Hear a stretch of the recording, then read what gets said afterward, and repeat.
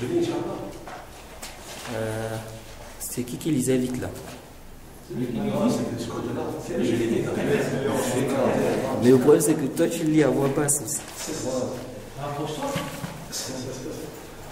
Je donne soutien en frère. C'est vrai, c'est que YouTube on n'entend pas, mais on entend. Les deux sont sur YouTube. C'est moi qui Oui. الحمد لله رب العالمين والصلاة والسلام على أشرف الأنبياء والمرسلين. قال المؤلف رحمه الله: فمن فعل ما جعل عليه فيهما استحق العوض وإلا فلا. نعم. بسم الله والصلاة والسلام على رسول الله أما بعد. Un récapitulatif. Le dars passé, on a commencé à parler de la ja'ala. La ja'ala, on a dit qu'on peut dire al-ju'ala, al-ji'ala et al-ja'ala. Al-ja'ala, al-ju'ala, al-ji'ala, les trois. Et on a vu la divergence des gens de science par rapport à cela. Qu'est-ce qu'on a dit par rapport à ça?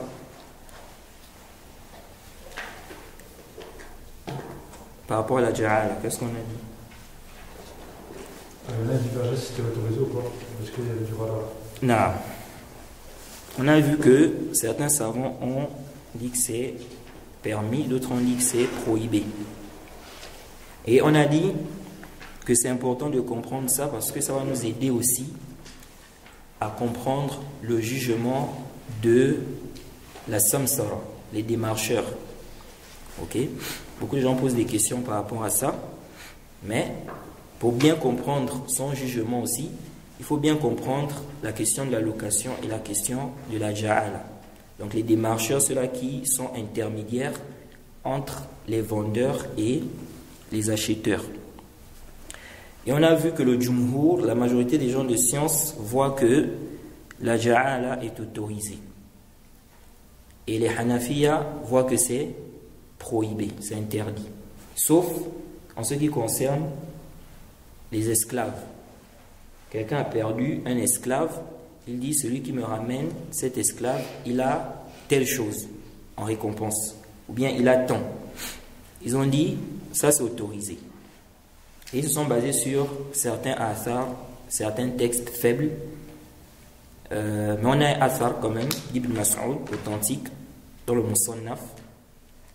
Quelqu'un a ramené un esclave qui était perdu, donc qui s'est enfui.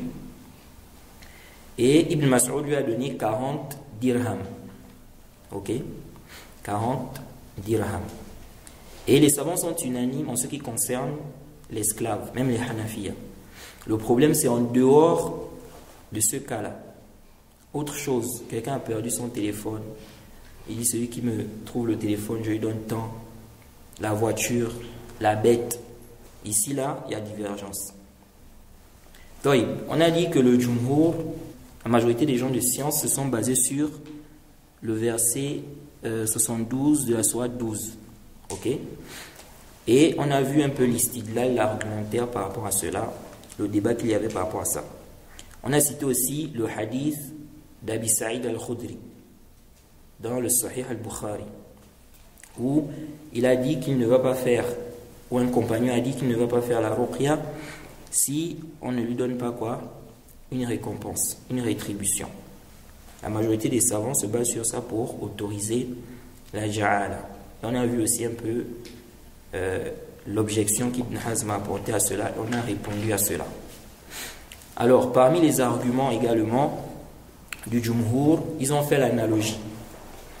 Ils ont fait l'analogie avec quoi? Avec l'esclave. Ils voient qu'il n'y a pas de différence entre l'esclave, qui est un bien, et d'autres biens. Ils ont dit c'est aussi des biens. Quelqu'un a perdu quelque chose, un bien, il dit: celui qui me retrouve ça, je lui donne tant. Ils disent: il n'y a pas de différence entre ce bien-là et puis l'esclave qui est aussi considéré comme un bien, et donc il n'y a pas de différence à faire. Donc si on autorise là-bas, on doit aussi autoriser ici. Ce qui est sahih, même si l'avis des Hanafi aussi est un peu fort, mais le fait déjà qu'ils aient autorisé pour l'esclave, ça rend un peu leur position faible. Ok? Ce qui est sahih, c'est l'avis de la majorité des savants, c'est quoi? C'est autorisé. La ja'ala est autorisée. Mais, parmi les conditions, il faut, n'est-ce pas, que ce qu'on va te donner comme récompense soit connu. Ça doit être quelque chose qui est connu. Ça ne doit pas être inconnu.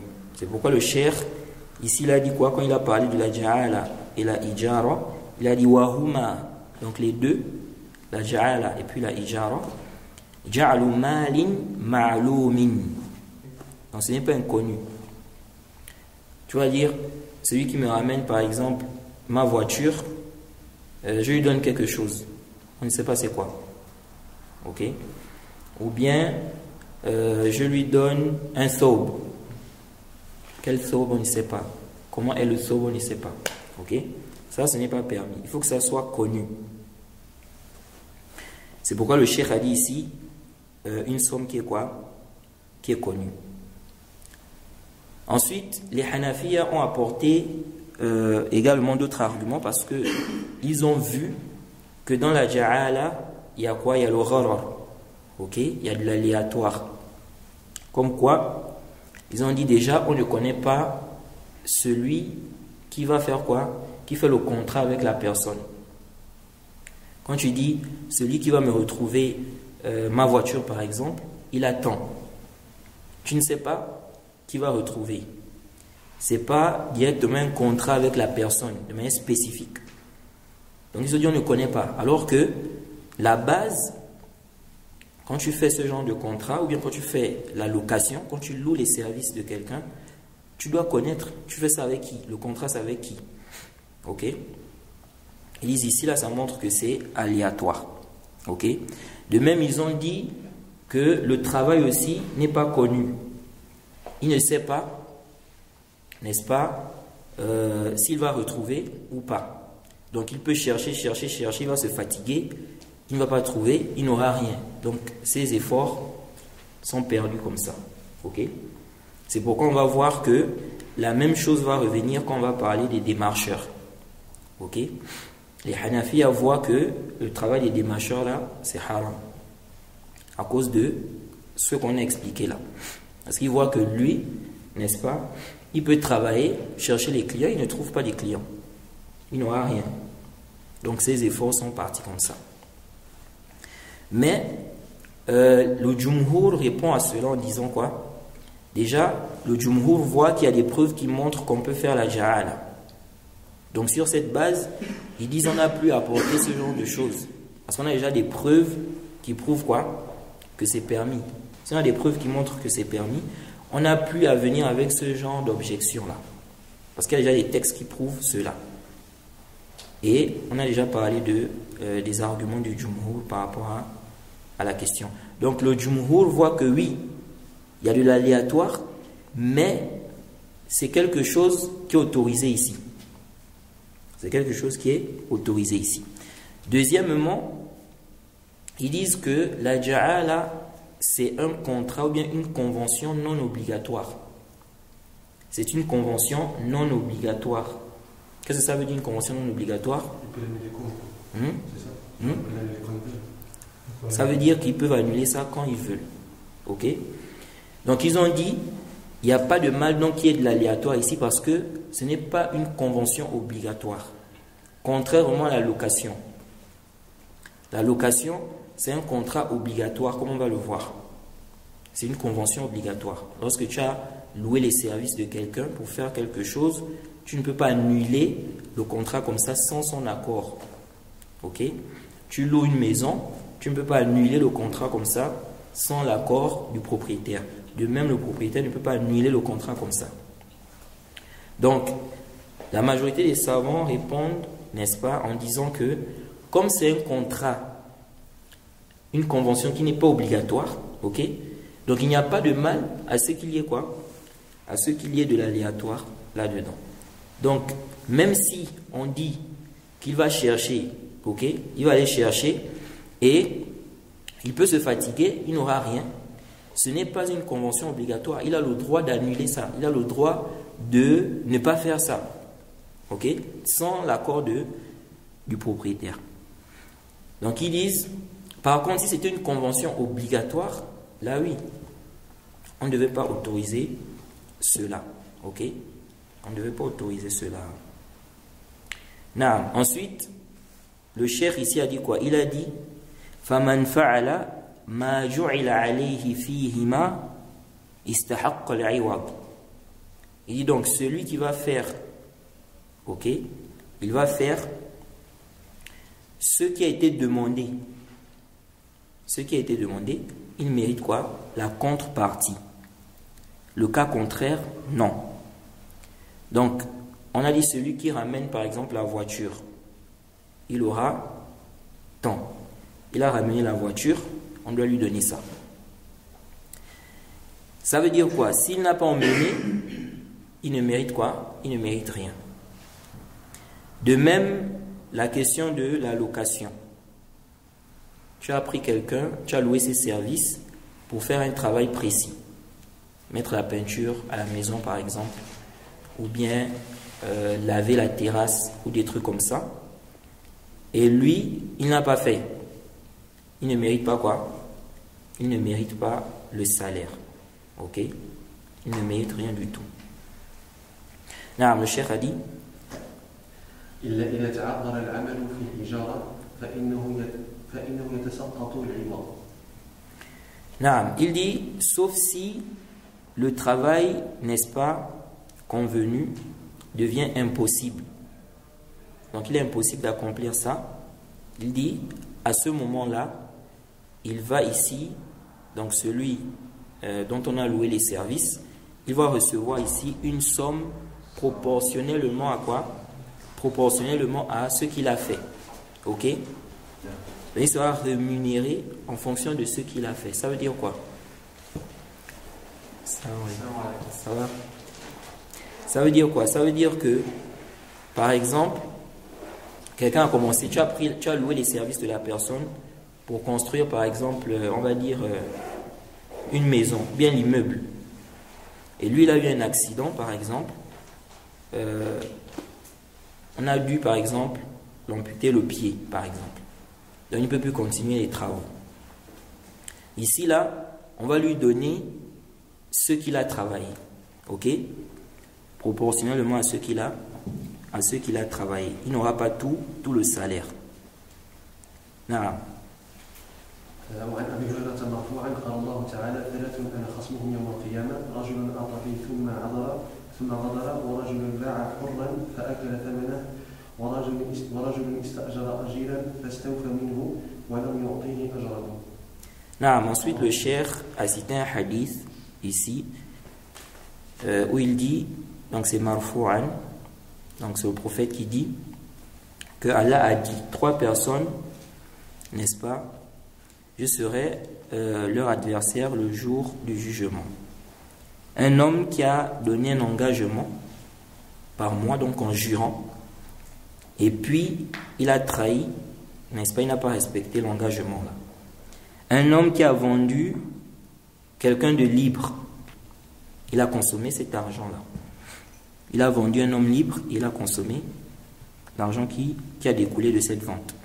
Il dit, et un homme qui a loué les services d'une personne, ok, donc il a pris pour faire un travail, et il a accompli le travail, il ne lui a pas donné son salaire. Il ne lui a pas donné son salaire. Donc ça, ce n'est pas permis. Tu as pris quelqu'un pour faire un travail, tu as loué ses services, il a terminé, tu dois lui donner son salaire, ok. Donc, même ce que certains pays, même dans certains pays, ce qui est fait dans certains pays là, on retarde le salaire des employés, ce n'est pas permis. Le prophète interdit ça. Donc, celui qui a terminé, il a terminé le travail, on doit lui donner quoi? On doit lui donner son argent, non, son salaire. والجعالة أوسع من الإجارة لأنها تجوز على أعمال القرى ولأن العمل فيها يكون معلوما ومجهولا ولأنها عقد جائز بخلاف الإجارة. Non, le chef maintenant ici va nous montrer, il va nous citer en fait la différence qu'il y a entre la ja'ala, la promesse de récompense, et puis la location. Donc il dit ici que la ja'ala c'est plus vaste que la location. Parce que quand on regarde, on peut voir comme si ça se ressemble. Dans les deux, en fait, c'est comme s'il y a une sorte de location. Tu loues le service de la personne. Celui qui me ramène telle chose, je lui donne tant. Ok? C'est comme si tu loues ses services. Dans la location aussi, dans la location, on a quoi? Ici, tu es en train de louer les services de la personne. Ok? Donc, est-ce que c'est la même chose? Le cheikh ici nous montre qu'il y a des différences. Il dit, la ja'ala est plus vaste que la location. Il dit car il est permis de faire cela, donc la ja'ala, en ce qui concerne les actes, n'est-ce pas, d'adoration. Ok? De même, la différence, parmi les différences aussi, c'est quoi? C'est que le travail qui est demandé peut être connu comme inconnu, contrairement à la location. Tu ne peux pas louer les services de quelqu'un pour un travail dont tu ne sais pas, il ne connaît pas, c'est pour faire quoi en fait. Ok? Et vous vous mettez d'accord, vous signez le contrat et tout. Non, il faut qu'il sache, c'est pourquoi. Or, dans la ja'ala, le travail en réalité n'est pas quoi? N'est pas connu. Même si certains gens de science ont expliqué aussi que dans la ja'ala, en réalité c'est connu, mais ce qui est inconnu, c'est la fin en fait. Ils ont dit en réalité dans la ja'ala, le travail est connu, mais ce qui est ignoré, c'est la fin. Ça veut dire quoi? On ne sait pas si réellement tu vas trouver la chose ou pas. Mais sinon c'est connu, on te demande de chercher telle chose, telle chose, telle chose. Mais on ne sait pas si tu vas trouver ça. Ok? Comme on va voir aussi pour le cas des démarcheurs. C'est la même réponse ici. Que le travail est connu, mais c'est la fin qui n'est pas connue. On ne sait pas si tu vas trouver des clients ou pas pour acheter la chose. Donc, ça c'est parmi les différences. Alors, ensuite le cheikh a dit, la ja'ala aussi, parmi les différences, c'est un contrat, ou bien c'est une convention non obligatoire. Contrairement à la location. Ok? Alors, les différences entre la ja'ala et la ijara, on peut les résumer comme suite. Premièrement, la ja'ala est un contrat, ou bien c'est une convention, on va dire, non obligatoire. C'est vrai que la personne, il n'y a pas le hijab ou al-qaboul comme les Hanafi ont dit. C'est-à-dire que la personne ne va pas donner l'acceptation au moment même. Ok? Parce que quelqu'un peut décider de faire ce qui a été demandé sans même parler avec le propriétaire. S'il dit, celui qui me ramène ma voiture, il aura tant. Même s'il n'a pas parlé avec le propriétaire, il peut déjà commencer à chercher. Ok? Donc, c'est vrai qu'il n'y a pas ici un accord direct avec celui qui va faire la chose, mais il y a un accord de manière générale. Ok? Il y a un accord de manière générale, même si ce n'est pas spécifique avec la personne. Donc, premièrement, la ja'ala est une convention, c'est une convention non obligatoire. Contrairement à quoi? Contrairement à la location. Ok? Mais attention, la ja'ala devient obligatoire lorsque quoi? Lorsque le travail a été fait. La chose a été faite. Ça veut dire quoi? Si tu as dit, celui qui me ramène par exemple ma voiture, je lui donne 100 000. La personne a ramené la voiture, il était obligatoire de lui donner les 100 000 là. Donc ici on ne va pas dire, non c'est une convention non obligatoire, tu peux annuler ça maintenant. Et tu prends ta voiture et tout. Non. Ici ça devient obligatoire pour toi de donner les 100 000 là. Donc oui, ce n'est pas, c'est une convention non obligatoire, mais si la chose a été accomplie, ça devient lazim. Deuxièmement, dans la ijara, dans la location, il faut qu'on sache qui est le locataire, qui est celui-là, n'est-ce pas, qui va travailler. Ok? Tu ne peux pas faire une location, n'est-ce pas, sans connaître réellement le amil. Alors que dans la ja'ala, ce n'est pas une condition. Celui qui me ramène ma voiture, il aura tant. Même si je ne connais pas la personne, il vient avec ça, il a droit à la récompense. Parmi les différences aussi, dans la ja'ala, bon, comme on a vu, il y a une nuance, mais ce n'est pas une condition de connaître le travail. Ok? Ce n'est pas une condition de connaître quoi? Le travail. Contrairement à la location, il faut que je sache. Ok, tu veux louer mes services, et pour faire quoi exactement? Quel travail exactement? Je dois connaître. Ok? Mais, dans la ja'ala, ce n'est pas du tout une condition. De même aussi, il faut quoi? Il faut que la location soit délimitée. Ok? On doit connaître. Lorsque tu vas par exemple louer une maison, ou bien tu vas louer une salle, c'est pour combien de temps? Ok? Ça c'est obligatoire, on doit connaître ça. Ce n'est pas non, je loue la maison ou la salle, on ne sait pas c'est pour combien de temps. Ok? Donc il faut qu'on sache la mudda. Sinon, ça devient quoi? Ça devient de l'aléatoire, c'est haram, le prophète interdit l'aléatoire comme on a déjà expliqué. Et ça va emmener aussi parfois des problèmes. Ok? Comme on va voir, les gens posent parfois des questions. Quelqu'un a fait un contrat de location, après le propriétaire vient et dit, bon, libère la maison. Ok? Alors que si le contrat, on a déterminé un temps, je veux louer par exemple la maison pour 3 mois. Ok? Donc tu ne peux pas venir comme ça, tu me dis non, libère. Un mois après, tu dis c'est bon, libère. Non, le contrat c'est pour 3 mois. Ok? Alors que dans la ja'ala, le temps n'est pas connu. Le temps n'est pas connu. Celui qui me ramène ma voiture, il aura temps. Ça va prendre combien de temps? On ne sait pas. Ok?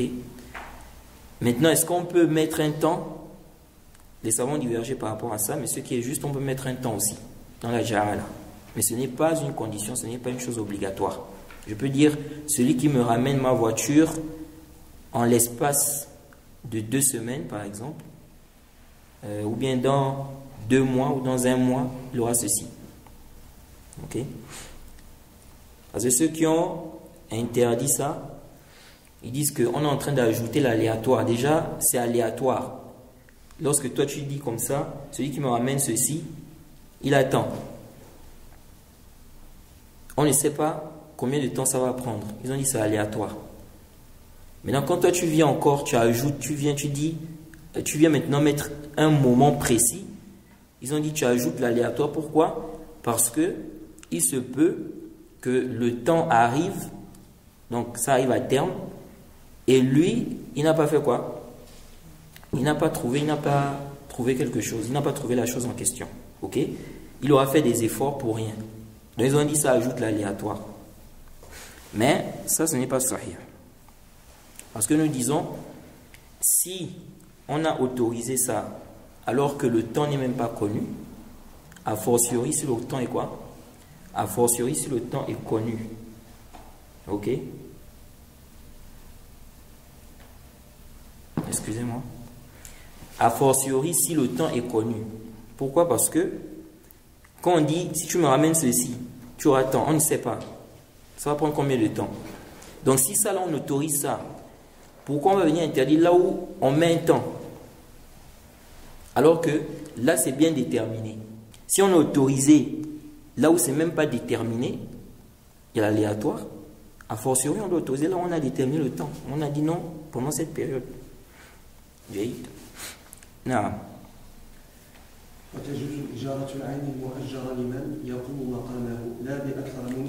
Attends, excuse-moi avant de continuer.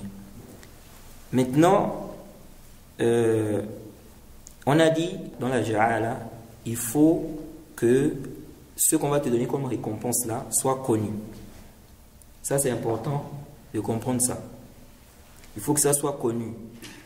Tu vas me donner quoi exactement? Ça ne doit pas être inconnu.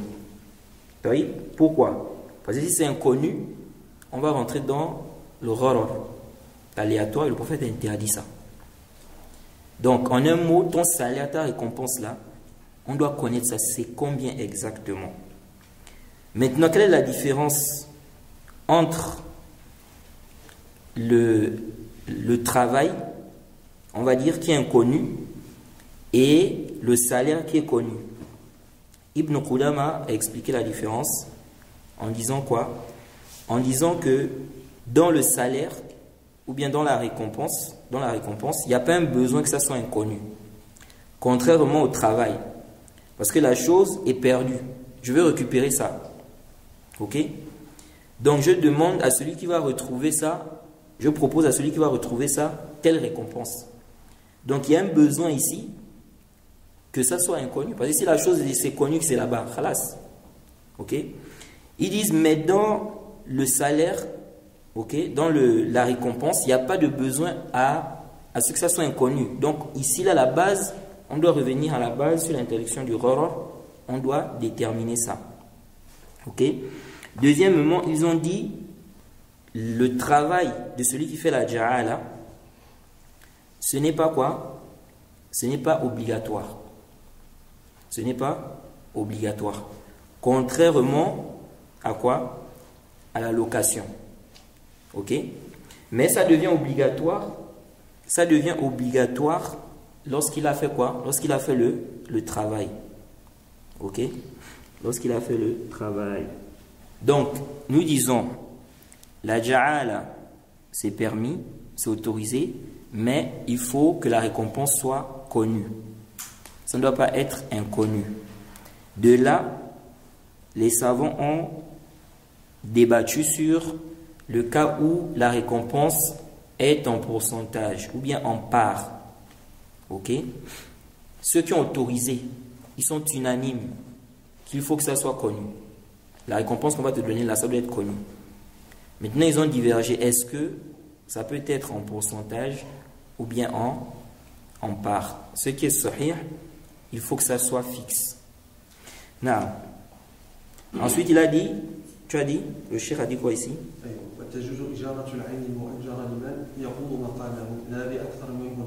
Non, il dit ici, il est autorisé de faire louer, ok, de faire louer donc la chose qu'on loue à quelqu'un d'autre, à celui qui va te remplacer. Donc, ici là tu loues par exemple une maison ou bien une chambre. Est-ce que tu as le droit de faire louer ça à quelqu'un d'autre? Le cheikh ici dit yajouz. Et ça c'est la position de la majorité des savants. Il est permis, n'est-ce pas, de faire louer ce que tu loues. Donc je loue la chambre, moi je peux mettre quelqu'un d'autre dedans, je prends l'argent. Ok? Il n'y a pas de problème, c'est yajouz. Il y a un problème ici. Hein? Il y a un problème. Quel problème? En français ici. Ah bon? Oui. Ils font louer. Si on prend une chambre dehors ou un studio, mais maintenant, il prend peut-être à 5, par exemple à 500 reals. Et lui, il met à 800. Il fait louer, non? Oui, oui, on va parler de ça. Est-ce qu'il peut faire louer ça plus? Mais, yajouz. Non, yajouz. Pourquoi?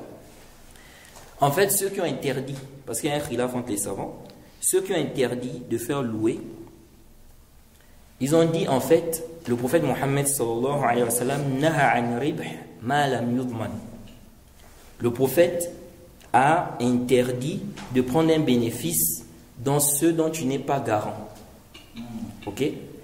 Ce dont tu n'es pas garant, tu n'as pas le droit de prendre un bénéfice dans ça. Donc, si maintenant, toi tu viens, tu loues la maison ou bien tu loues la chambre et puis tu fais louer ça à quelqu'un d'autre, ils ont dit ici, tu es en train de prendre, n'est-ce pas, un bénéfice dans ce dont tu n'es pas quoi? Garant. Ok? Parce que la maison là ou la chambre, s'il y a un problème, qui est responsable? Si, hein? S'il y a un problème qui ne dépend pas de toi, c'est le propriétaire. On a vu ça. Non, maintenant tu deviens propriétaire. Non, tu n'es pas propriétaire. Là, à location, tu n'es pas propriétaire.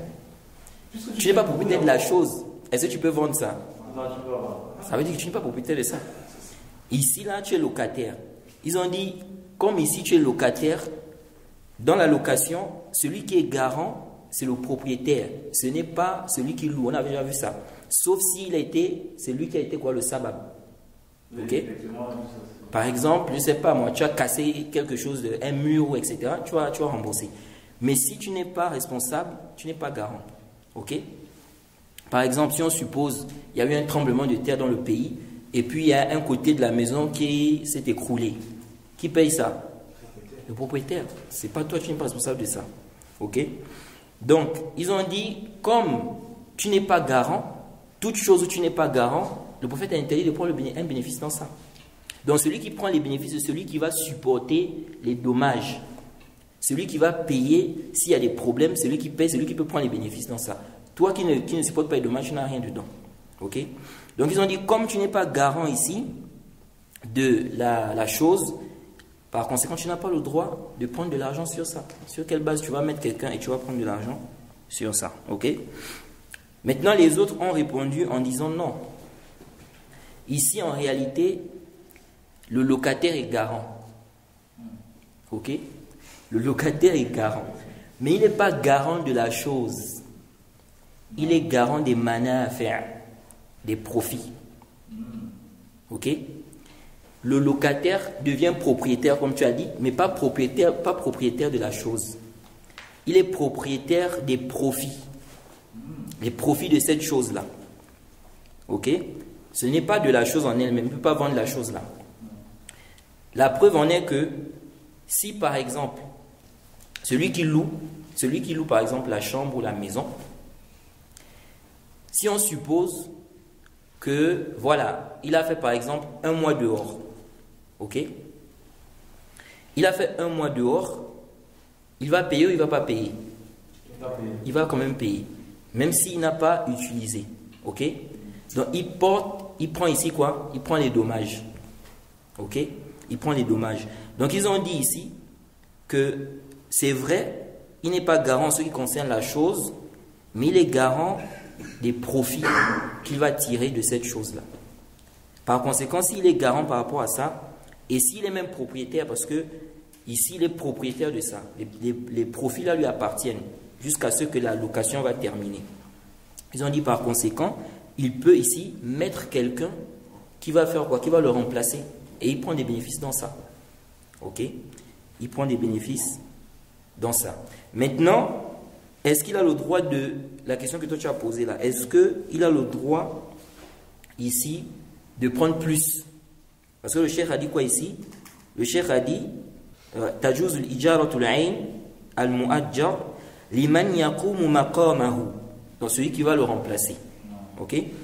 Donc il peut mettre quelqu'un qui va le remplacer là et il fait louer ça à cette personne-là. Il dit La bi akthari minhu dararan.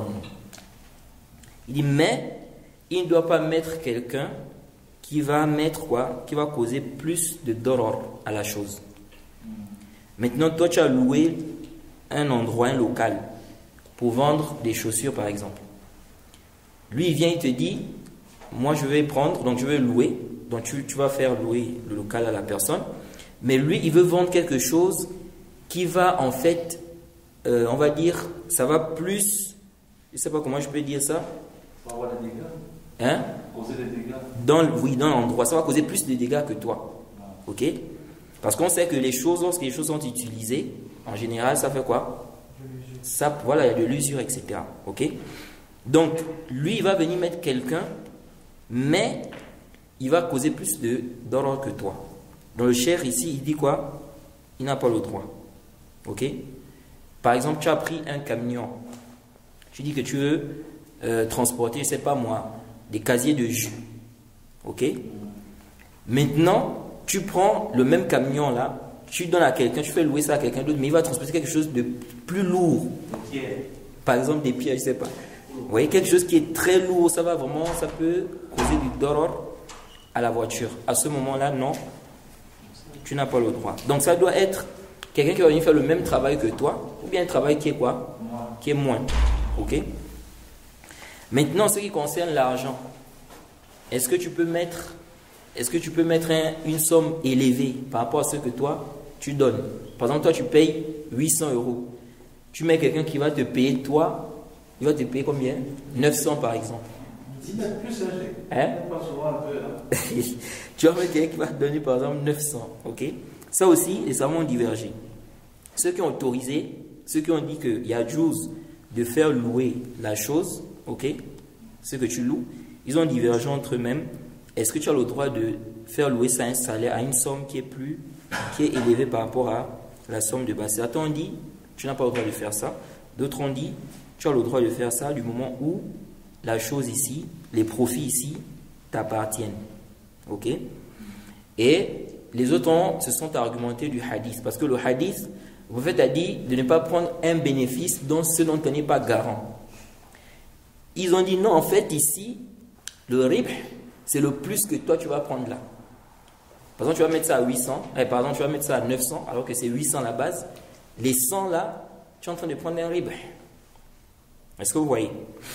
Et les autres ont dit, il n'y a pas de problème, même si je prends un ribh, parce que je suis propriétaire des manas à faire.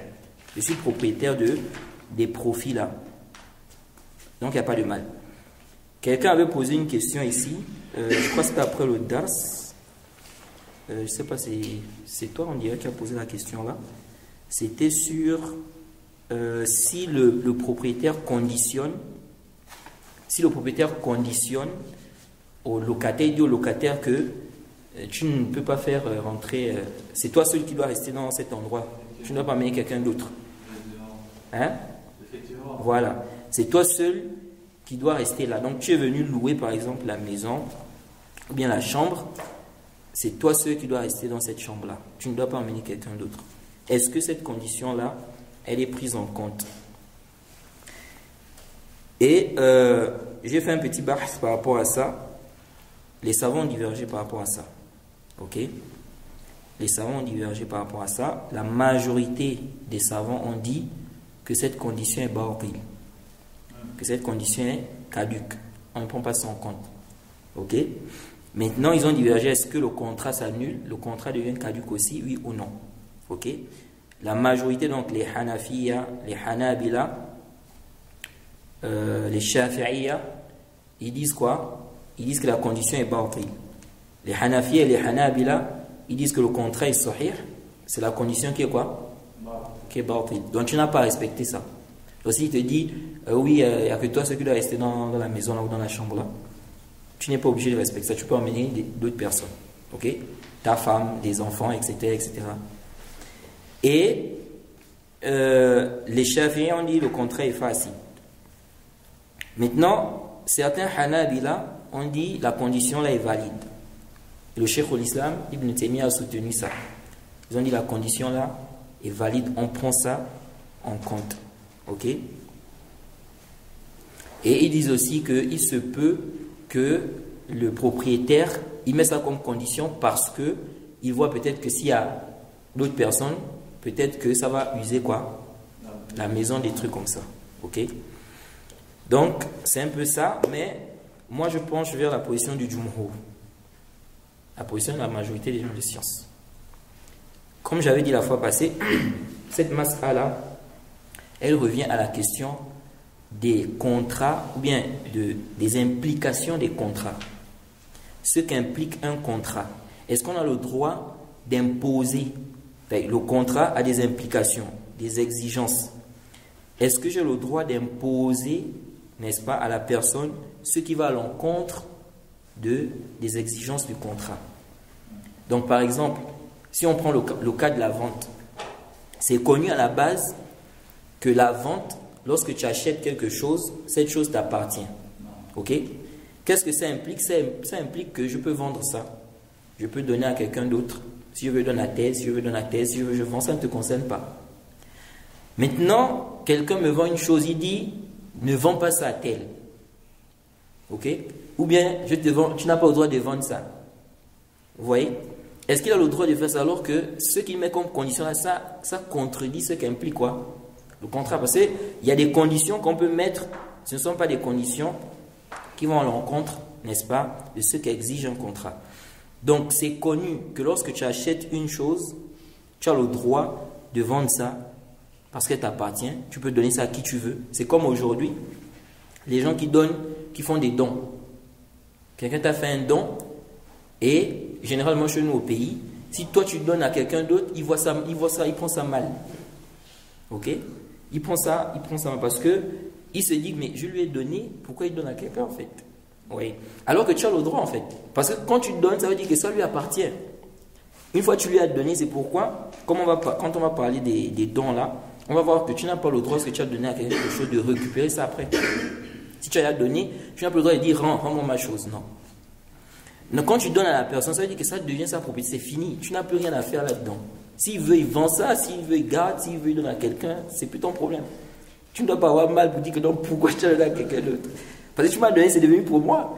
Donc s'il veut, je donne à quelqu'un. S'il veut, je vends. Vous voyez, bref. Donc c'est des choses comme ça là. Ici là, dans la location, on dit ce qu'exige le contrat de location, c'est que je deviens propriétaire des manières à faire. J'ai le droit, n'est-ce pas, de faire louer jusqu'à ce que le temps termine. J'ai le droit de mettre, d'emmener ma femme. Parce que moi, en fait, je loue ici l'endroit, le local. Toi, tu as droit à une somme. C'est combien? Tu me dis pour louer, c'est par exemple, c'est pas 50 euros. Ou bien 50, on va dire 15 000 riyals, par exemple, l'année. Khalas. On a fait le contrat, 15 000 riyals l'année.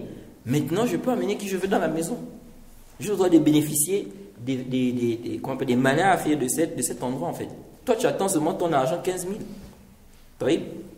Donc, quand maintenant, toi, tu viens maintenant, tu dis non, oui, tu loues, mais tu n'as pas le droit d'emmener d'autres personnes. Il n'y a que toi seul. C'est problématique. C'est ce qui se passe au pays. Hein? Oui, le bailleur vient te dire, tu es seul, je ne veux pas 3 personnes ici. Oui. Parce que les toilettes là. Non, il parle souvent des jours. Tu vois, il y a ça. C'est comme la question de... Bon, encore que ça, c'est tout à fait normal. Quelqu'un qui veut venir louer le local, mais pour faire quelque chose de haram. Ok? Ça, c'est normal que tu interdises ça. Non, je ne peux pas te faire louer, par exemple, le local. Il veut, par exemple, il veut louer ça pour faire le zina. Par exemple. Tu as le droit de refuser. Ou bien pour vendre de l'alcool. Tu as le droit de refuser. Okay? Contrairement au cas où il a loué pour rester, mais après il a fait le haram dedans. Ok? Ça c'est différent. C'est-à-dire que quelqu'un maintenant il est venu, il a loué la maison bien, je sais pas, le local, pour vendre, je sais pas moi, des chaussures. Maintenant, une fois il a eu le truc, il vend ce qui est haram aussi. Ou bien quelqu'un a loué une chambre pour y habiter. Maintenant, après, il rentre là-bas, il fait zina. Ou bien les homosexuels là. Ici, est-ce que tu dois le faire sortir? Ici, non. Et ça, on dit que tu n'as pas le droit de le faire sortir. Mais tu lui donnes conseil. Ok? Tu lui donnes le bien, tu interdis le mal, c'est pas bien, il ne faut pas faire ça, etc., etc. Mais ça ne te donne pas le droit de le mettre dehors. Parce que ici, là, le contrat, ce n'est pas par rapport à ça. Toi, tu l'as fait, c'est pour qu'il reste dedans, pour qu'il y vive, etc. Donc, ce n'est pas par rapport à ce qu'il fait comme péché là-bas. Ça, c'est lui qui aura le péché de ça. Ok? Parce que moi, je ne t'ai pas donné la maison pour ça. Moi, je t'ai donné la maison pour rester, machin, tout. Maintenant, si toi, tu fais des péchés là-bas, tu es responsable. Moi, je ne suis pas responsable de ça. Mais je te donne conseil, comme tout le monde, parce que voilà, j'ai vu quelque chose qui est blâmable, j'ai vu quelque chose qui n'est pas bien, donc je te donne conseil par rapport à cela. Contrairement au cas où je sais au départ que toi, tu veux ça pour faire quoi? Le haram. À ce moment, les savants ont dit, là, tu n'as pas le droit. Ok? Même s'il y a certains savants qui ont autorisé, mais ça, c'est pas permis. Parce que ça, en fait, tu es en train de l'aider. S'il vient, il te dit, je veux louer cet endroit-là, mais pour vendre le khamr. Tu ne dois pas dire, non, ici, là, moi, ce que je veux prendre, c'est par rapport à la location. Ce que lui va faire des gens, c'est lui-même qui aura le péché. Non. Parce qu'en faisant ça, tu vas l'aider. Ok? En faisant ça, tu vas l'aider. Et après, ceux qui disent, les bailleurs plutôt, qui demandent d'abord l'acte de mariage, demandent si tu es marié. Tu demandes quoi? Il insiste, il demande d'abord, je veux voir, tu es marié, où est ta femme? Viens avec ta femme et les enfants. Pourquoi il demande ça? C'est comme ça qu'il y a des autres. Dans les pays arabes, dans les hôtels, ils demandent l'acte de mariage avant d'ouvrir une chambre pour s'assurer que la personne. Ah, pour s'assurer que tu vas pas venir faire le zina. Voilà. Ah, ok, d'accord. Maintenant, toi, tu demandes quoi? Si c'est permis? Dans pays, c'est comme ça, il y a certains bailleurs qui demandent ça. Oui, il n'y a pas de problème. C'est une bonne chose. Il n'y a aucun problème. S'il dit, il te demande est-ce que tu es marié, parce que lui, il veut se rassurer. Est-ce que tu vas venir faire le zina ici, là? Il n'y a pas de problème. Non. Ensuite, il a dit ولا ضمان فيهما بدون تعد ولا تفريط. Non, donc il dit ici que ces personnes-là, donc celui qui est dans la ja'ala et puis la ijara, les deux ne sont pas garants, sauf si ils ont été quoi? Négligents, ou bien sauf s'ils ont fait quoi? Transgresser. Ok? Le Cheikh al-Islam a été questionné par rapport à un cas ici.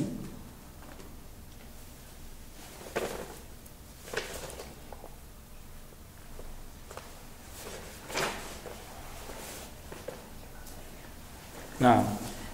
On pose la question au Cheikh al-Islam Ibn Taymiyyah dans le Majmu' al-Fatawa.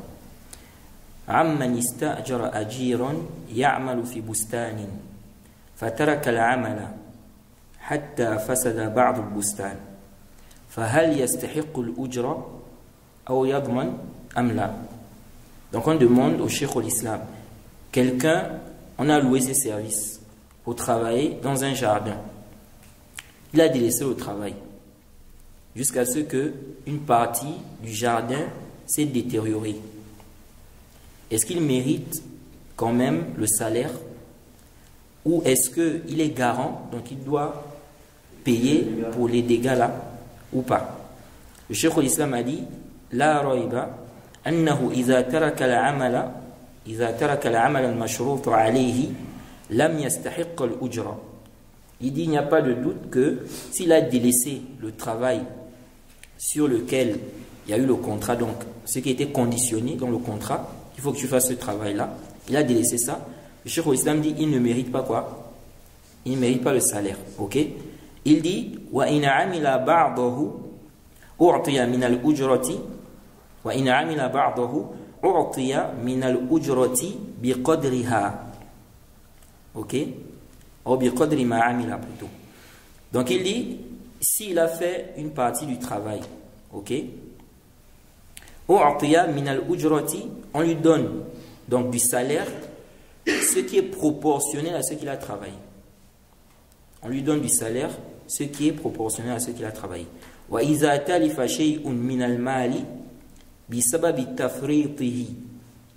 Si maintenant, à cause de sa négligence, il y a des biens qui ont été détériorés, ok?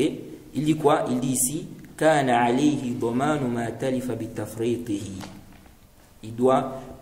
il est garant, il doit payer ça. Ok? Ensuite il dit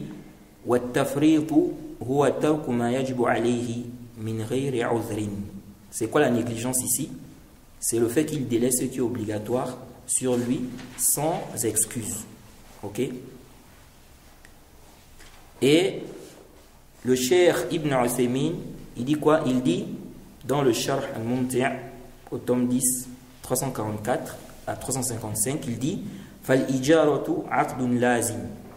La location est une convention obligatoire. Donc tu n'as pas le droit d'annuler sans l'accord de l'autre. Il dit In fusikhat min qibal al-mu'jir fala shay'a lahu. Maintenant, si le propriétaire annule le contrat là, ok? Le Cheikh Ibn Uthaymin dit il n'a rien.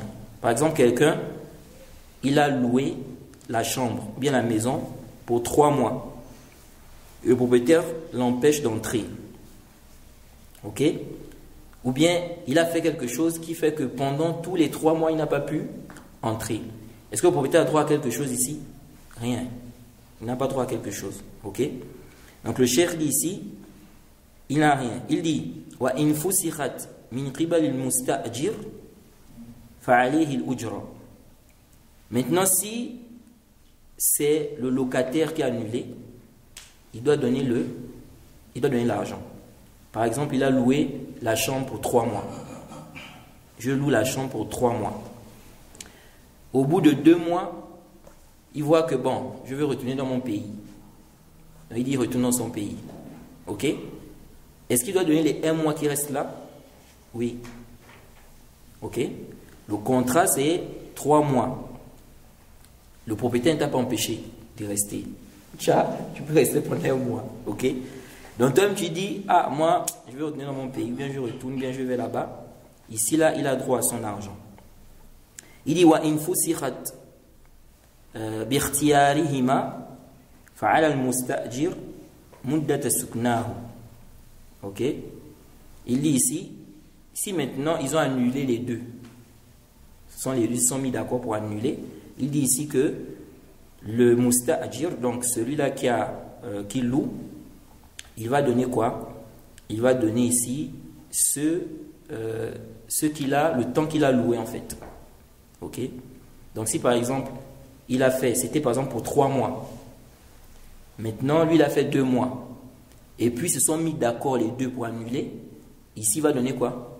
2 mois seulement. Ok? Parce qu'ils ont annulé ça. Ils se sont mis d'accord les deux pour annuler ça. Non, voilà ce qu'on peut dire par rapport à ça. Je crois que le détail n'est pas vraiment nécessaire. Ensuite, il y a une autre mas'ala. C'est la mas'ala du mudda. Le temps. Dans la location, il faut déterminer le temps de location. On ne fait pas une location et puis on ne détermine pas le temps. Je veux louer par exemple la chambre ou bien la maison. Pour combien de temps? On ne sait pas. Ok? Ça, ce n'est pas permis parce que ça rentre dans l'aléatoire. Vous faites interdit ça. Donc, il faut quoi? Il faut qu'on détermine 1 an, 2 ans, 3 ans, 4 ans, etc. Ok? Maintenant, les savants ont divergé sur le cas où on connaît le temps, mais c'est par mois. Ça veut dire quoi? On dit ici, chaque fin du mois, tu loues la maison, bien la chambre. Chaque fin du mois, par exemple, c'est 100 000. Bien, chaque fin du mois, tu dois donner 15 000 rials, par exemple. Mais on n'a pas déterminé la fin. Donc, quand est-ce que ça finit, on ne sait pas. Mais, chaque mois, tu donnes 15 000 rials, par exemple. Est-ce que ça, c'est permis? Déjà, si la mudda est connue, ça n'a pas d'ishkal. Je loue ici pendant 2 ans. Chaque fin du mois, c'est tant, pendant 2 ans. Chaque fin du mois, c'est tant, pendant 3 ans. Ou bien pendant 3 mois, ou bien pendant 5 mois. Ça n'a pas de problème. Maintenant, on a le cas où on a déterminé ici un temps, mais on n'a pas déterminé la fin. Chaque mois, je paye tant. Mais ça finit quand? On n'a pas déterminé ça. Ok? Ici, là, il y a des savants qui ont autorisé et il y a des savants qui ont quoi? Qui ont interdit ça. Ok? Mais ce qui est plus proche avec le plus savant, c'est que si, ici, là, le premier mois, tu es rentré, tu as fait le premier mois, le deuxième mois, ça a commencé, tu es toujours dans la maison, on n'a pas annulé le contrat, ici, là, il ne peut pas annuler le contrat jusqu'à ce que le mois termine. Si vous vous êtes mis d'accord que c'est chaque mois, par exemple, je paye, on va dire, 15 000 rials. Ok?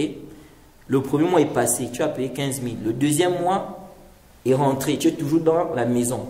Vous n'avez pas annulé avant l'entrée du deuxième mois. Ici, là, tu dois terminer tout le mois. Parce que si vous avez le contrat, c'est chaque mois. Ok? Par contre, ça veut dire quoi? Ça veut dire en fait que le propriétaire ne pourra pas venir, par exemple, te dire de libérer la maison. Par exemple, il vient au début du mois, le mois est déjà rentré, vous n'avez pas annulé le contrat bien avant, il vient et te dit, bon, moi, tu me libères la maison maintenant. Il n'a pas le droit. Ok? Tu dois terminer le mois. Oui? Non, on va s'arrêter ici.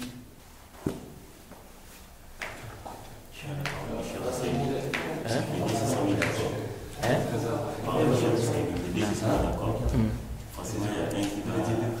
Non, si les deux se sont mis d'accord, c'est bon. C'est-à-dire, lui, il dit, il vient voir, par exemple, le propriétaire, il dit, moi, je vais annuler le contrat parce que j'ai quelque chose à faire, des trucs comme ça. Il dit, oui, il n'y a pas de problème. Ils se mettent d'accord, il n'y a pas de problème. Là. Ça va, non? C'est pas trop compliqué? Non. Ah, parce que peut-être, je me dis, peut-être c'est un peu compliqué, on avait beaucoup de paroles, tout ça. Non? Par rapport aux démarcheurs, ce qui se passe chez nous. Ah, on n'a même pas parlé de la question des démarcheurs. Bon, on va parler de ça prochainement, Inch'Allah. Oui? Donc, supposons, quelqu'un me demande une maison, Maintenant, le démarcheur dit, bon, moi, je veux trouver le client. Donc, le petit dit que moi, je veux peut-être, par exemple, 15 millions ou 20 millions. Maintenant, lui, le démarcheur, il ajoute peut-être 2 millions ou 3 millions dessus. Reprends, s'il te plaît. Oui, j'ai dit.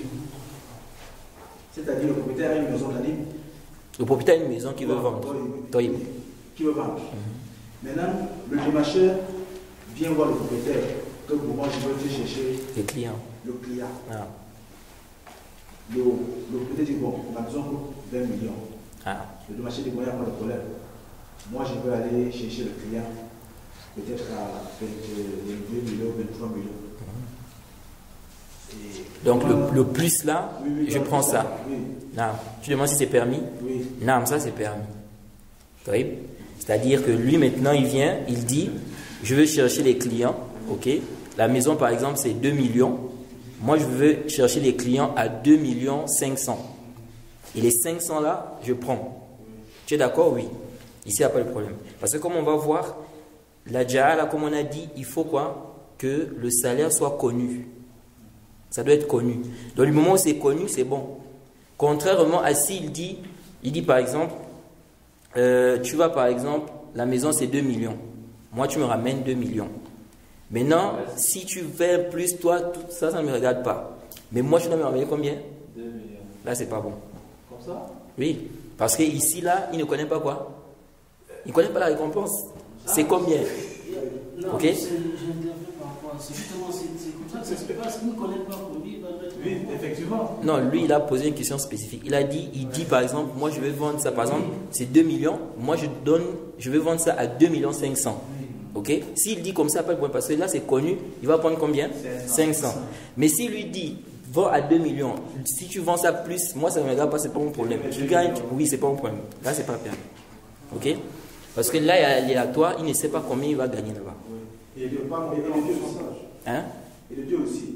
Par exemple, comme chez vous allez voir, il y a des démarcheurs qui cherchent les maisons aux gens, les maisons à lui. Maintenant, il te conditionne. Si tu trouves la maison, c'est-à-dire, et le propriétaire, le bailleur exige par exemple 6 mois de location que tu dois donner comme avance.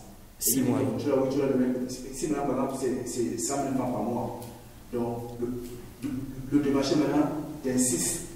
Donc, il t'oblige que tu lui donnes aussi 100 000 francs pour un mois. Donc, en fait, J'ai pas trop bien. C'est que quand il dit avec un client, il a 1 mois. C'est-à-dire que le client, même s'il prend à 10 mois, il a ses 1 mois dedans, le démarcheur. Ah, le démarcheur, s'il amène le client, Oui. il a 1 mois. Toi, le bailleur, tu lui donnes 1 mois. Je lui donne 1 mois. Non, c'est vrai qui donne. Non, je dis que.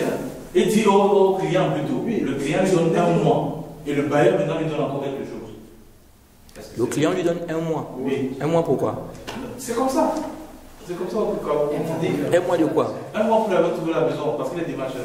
Ah, en fait, tu veux dire, il lui a donné quelque chose pour lui avoir trouvé la maison, c'est ça? Oui. Et c'est en fonction du prix de la maison. C'est-à-dire, si je trouve une maison d'1 million, par exemple, le mois, tu me donnes 1 million. En fait, c'est un arrangement entre le démarcheur et l'acheteur. Oui. C'est ça, non? Oui. Le propriétaire est au courant de ça? Parfois, ils sont au courant, ils sont pas au courant, ils sont au courant.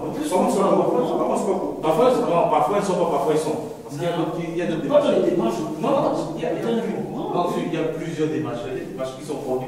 Est-ce que c'est permis? Par exemple, un démarcheur, il prend l'argent du propriétaire, puis on va dire auprès du propriétaire, parce que je te cherche des clients. En même temps, il prend aussi de l'argent du côté de qui? De l'acheteur, ok? Et ça m'a autorisé ça. C'est Yadjouz. Donc lui, il peut prendre de l'argent, il va dire, il s'arrange avec le propriétaire. Je te trouve des clients, tu me payes, il n'y a pas de problème. Ok, il n'y a pas de problème. Tu as combien de dangers? Tant. Le prix est connu. Maintenant, il va voir les clients. Si je vous trouve les propriétaires, vous me payez aussi tant. Il n'y a pas de problème. Il n'y a pas quelque chose qui interdit ça. Ok? Donc des deux côtés, c'est permis. Mais si par exemple, je crois que toi aussi tu avais posé la question là. Si par contre, le client ici là, lui, il t'a mandaté. Ce n'est pas qu'il t'a dit non, cherche-moi un propriétaire, je veux la maison, etc. Non. Il t'a mandaté pour acheter par exemple la chose. Ok? Toi, tu lui dis, je vais acheter ça à temps. Alors qu'en réalité, tu ne vas pas acheter ça au prix là. Là, ça, ce n'est pas permis. C'est une tromperie. Là, c'est une tromperie. Ok? Mais si vous êtes mis d'accord, tu dis, bon, moi, je te cherche, n'est-ce pas, des gens qui vont te vendre telle chose. Ce n'est pas qu'il t'a mandaté pour acheter. Non. Toi, tu cherches ici des propriétaires ou bien des vendeurs pour lui vendre des choses. Et tu lui dis, je cherche ça, tu me payes. Il dit, il n'y a pas de problème. Vous vous mettez d'accord sur un prix, il n'y a pas de problème. Il prend aussi l'argent chez le propriétaire, il n'y a pas de problème. Donc, Hein? c'est-à-dire, si en fait, il y a un business, tu es le vendeur. Là, je suis le démarcheur. Je viens te voir, je dis, bon, tu vends ta marchandise à 5 000 par exemple. Bon, je te dis, moi je vais revendre cela. Donc je vais prendre chez toi et revendre à 8 000. Non, moi je vends ma marchandise à combien? 5 000. 5 000, ok. Maintenant, toi tu veux prendre ça pour vendre ça à combien? À 8 000, mais je t'ai pas donné d'argent. Tu veux vendre ça à 8 000 pour qui? Pour moi, non? Oui. À 8 000, les 3 000 euros, c'est pour moi. Mais c'est ce qu'on a expliqué tout à l'heure, non? Non, je viens, j'en reviens. Oui. Quand je prends comme ça, je vais chez le client. Et dans chaque vente, j'ai peut-être 2%, 3%. Hormis les 3 000 que j'ai mis en haut. Hormis les 3 000, tu as encore quelque chose en pourcentage. C'est permis. Non, ça c'est pas permis, on avait déjà répondu à ça. Est-ce que tu peux mélanger un salaire qui est fixe avec un salaire qui est quoi? Qui n'est pas connu. Ça, ce n'est pas permis, parce que c'est aléatoire. Celui qui est employé pour faire un travail, son salaire doit être fixe. On doit connaître ça. 15 000, 20 000, 30 000, 50 000, etc. On parle en termes de part, de pourcentage quand on est en partenariat. Les sociétés. On est ensemble, on a des bénéfices ensemble, on perd ensemble. Mais lorsque tu es employé, non. Employé, tu dois avoir un salaire fixe. On te donne combien? 15 000, 20 000, 30 000. Donc en réalité, les démarcheurs là, en réalité, ce n'est pas un partenariat. On ne va pas dire qu'ils sont associés. Ok? Ce n'est pas qu'ils sont associés. C'est pourquoi si la maison a un problème, ce n'est pas le démarcheur qui est responsable de ça. Ok? Ils ne sont pas associés. Donc ils ne peuvent pas faire ça en pourcentage. Par exemple, il dit sur la somme finale, je te donne 10%. Non, ils ne peuvent pas faire ça. C'est vrai qu'il y a un khilaf, mais un sahih, il ne peut pas faire ça en pourcentage. Et ça revient à aléatoire, c'est aléatoire. Quand tu dis que non, tu as tant de pourcents, c'est combien exactement? Mais si la somme est connue, par exemple, On avait dit la fois passée que si la somme est connue, il n'y a pas besoin encore de mettre ça en pourcentage. Non, mais par exemple, il y a 2 mois. Et 2 mois, ça lui revient à 500. Mais plus besoin, puis si tu dis que tu as 500, khalas, pourquoi mettre ça en pourcentage? Non, 500 propriétaire. Il dit, moi, je te donne 10% de ça. 10% de quoi? 10% de la somme finale. La somme finale, c'est combien? Là, c'est 500. 500. Ouais. C'est connu que c'est 500. Ouais, c'est 500. Ok, il dit il a 10% de ça. Voilà, il me dit, moi, je te donne 10%. Mais 10% là, c'est combien?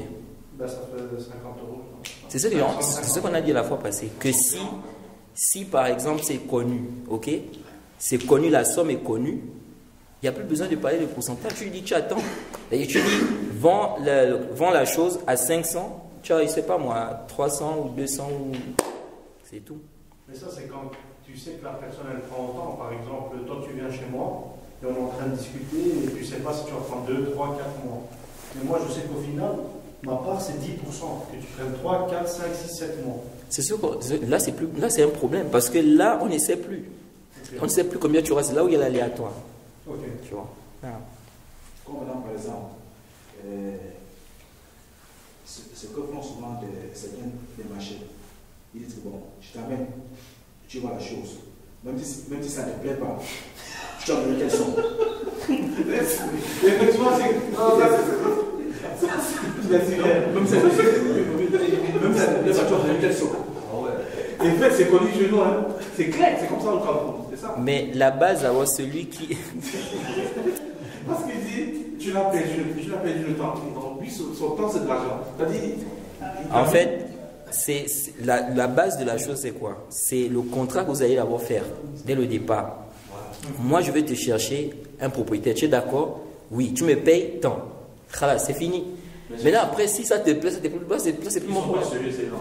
Il y a une personne qui est même décédée qui a pardon de ce péché. Il n'a même pas lui dit, en fait, il n'a même pas lui dit que si ça ne te plaît pas, je dois me payer. Non, le contrat. Tu me donnes 5 000 pour chercher la maison.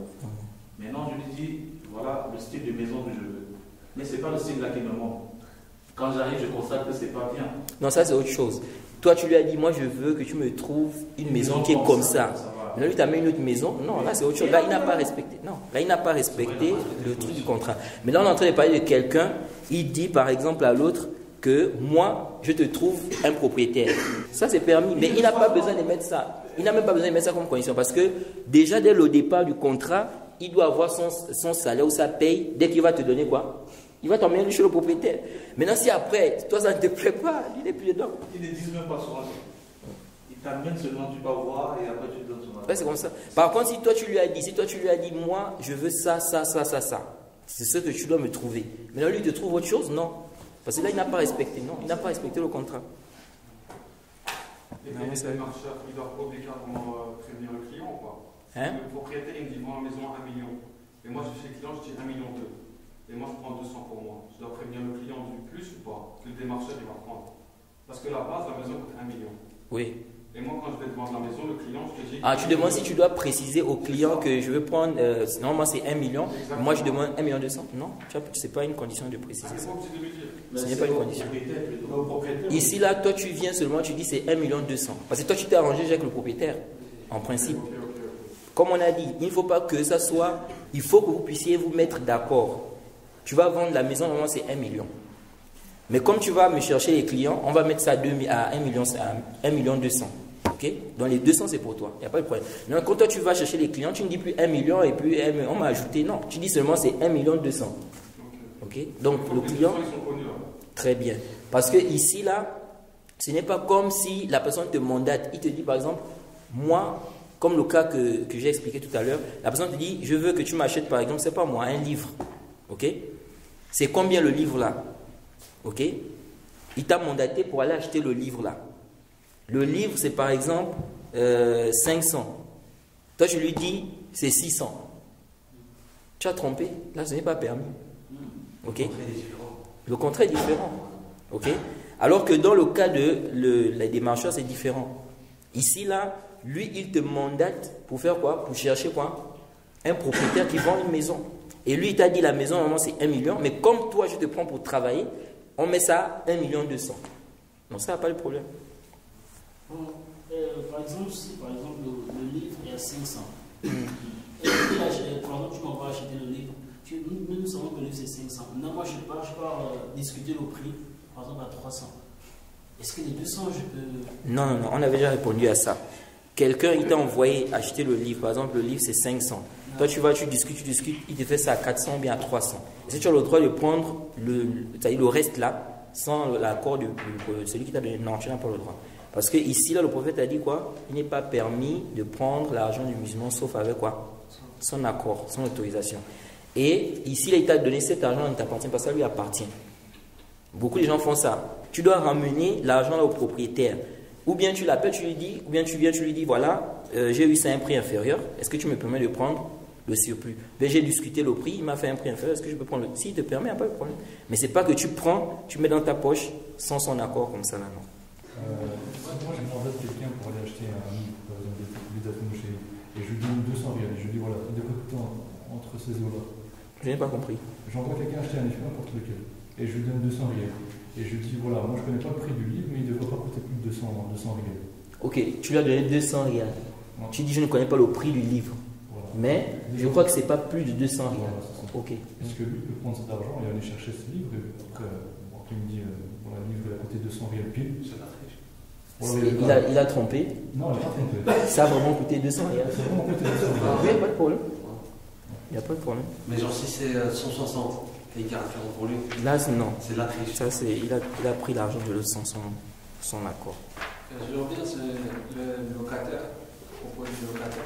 Si moi, imaginons que je suis locataire, je loue un appartement et le propriétaire, il me dit tu n'as pas le droit de faire venir d'autres personnes qui viennent dormir dans l'appartement. Est-ce qu'il a le droit? On a parlé de ça, non? On a dit quoi? On a dit il y a khilaf. Ok? Les savants ont divergé par rapport à ça. La majorité des savants ont dit qu'il n'a pas le droit de dire ça. Il n'a pas le droit de te dire que personne ne doit venir dormir là, tu ne dois pas venir d'autres personnes, il n'y a que toi seul. Ok? Et ce qui est sahih, c'est ça. Parce que ce qu'implique le contrat de location, c'est que maintenant que je loue, j'ai les manières à faire. J'ai le droit d'emmener des gens, j'ai le droit de ceci. Toi, tu as ton argent, tu dois avoir ton argent par rapport à la location, c'est tout. Donc ça ne te regarde plus, tu dois plus venir dire non, il ne faut pas amener d'autres personnes. Donc s'il amène sa femme, ses enfants, etc., non. Ici, il n'y a pas de problème. Mais il y a d'autres qui exagèrent, les cousins, les cousines, les tantes. Non, pas de problème. Du moment où il va payer pour la location, il n'y a pas de problème. Maintenant, si on suppose par exemple que quand il a emmené beaucoup de gens là, ils ont causé par exemple un tort. tu vois, ou bien ils ont, comment on appelle, des dommages, là ils vont payer les dommages là. Mais il peut amener autant de personnes. Ouais, il amène. Il peut l'interdire sur base des dommages qu'il a fait. Hum. Vous pouvez le propriétaire, genre interdire le locataire sur la personne qui prend l'appartement sur base des dommages qu'il a fait auparavant. J'ai pas trop bien compris. Par exemple, maintenant, moi, je suis le propriétaire d'un appartement. Je vais le louer à quelqu'un. Ouais. Cette personne, je sais qu'il est un peu dangereux. Ouais. Par exemple, le week-end, il ramène toute sa famille. Oui. Et quand il ramène sa famille, des fois, il y a des dommages qui se créent à l'intérieur de l'appartement.